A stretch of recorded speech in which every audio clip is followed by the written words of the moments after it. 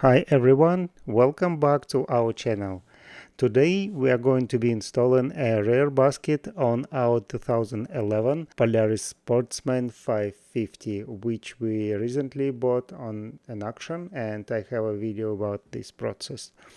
This is a first upgrade and we are planning to use it to carry small items like a chainsaw, gas cans and tools and some stuff. And this rack can hold up to 150 pounds, and I think this is a lot. The installation was not very hard. I spent about an hour for the whole process. So let's start.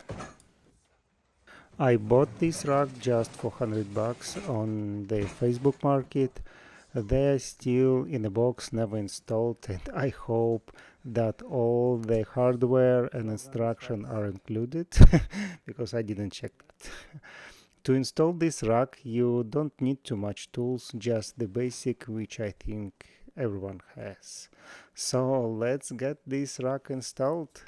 The first thing I like to do is just open the package and sort everything out to see if we have everything or if we need to buy some additional parts or some additional hardware, and if we have instructions how to assemble this or something like this.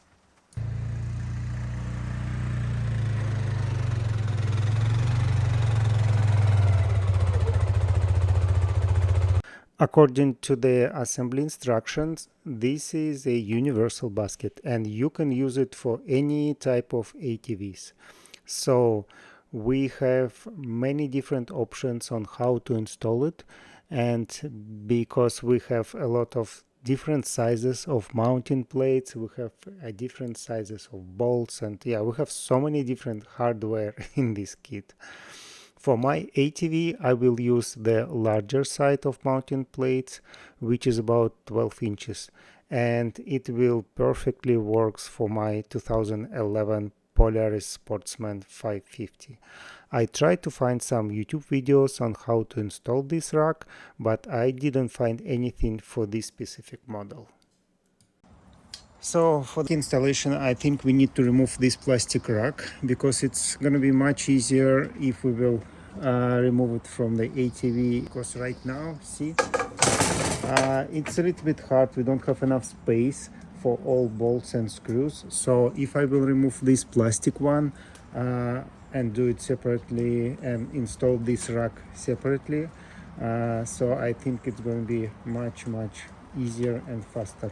So let's remove this plastic one. I never removed it previously, so let me see how I can do that. Okay, let's use this plastic box for our screws. I will use this bit. Yeah, I don't know if I can focus on that. Yeah, I will use this bit for this job. So let me start to remove all screws. To remove this one, we need to hold something like this. Remove this.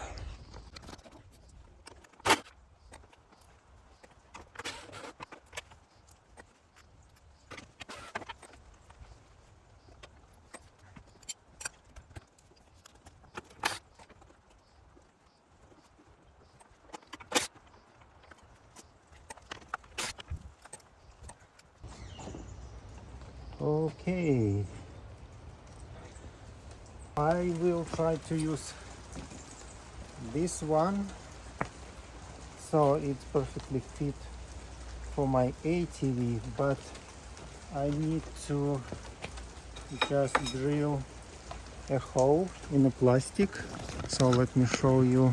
Here I have a hole, but here I need to drill a hole. So I will drill a hole here in the plastic. Okay, we completed our first step. We just installed this rack, this small rack, into the original plastic rack. As I mentioned, I needed to drill a small hole to connect the large mounting plate. So now we need to put these plastic covers back into the ATV.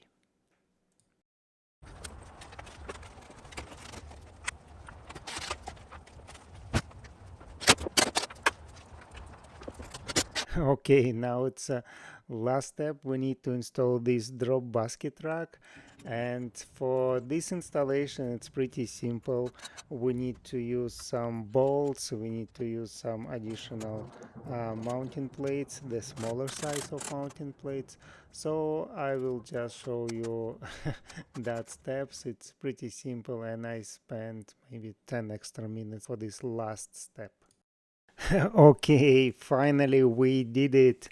We've completed this job. The installation is done, is finished. As I mentioned previously, it's not that hard.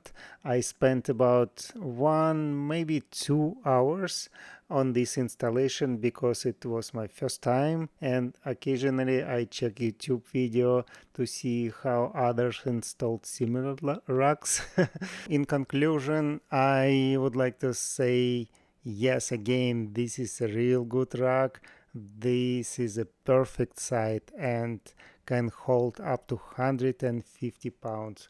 We will use this rack for all our needs, to carry small tools, maybe for the camping as well, who knows. Yeah, we'll see. And thank you again guys for watching this video. If you have any questions, please leave a comment and let me know, and please stay tuned. Bye. Thank you.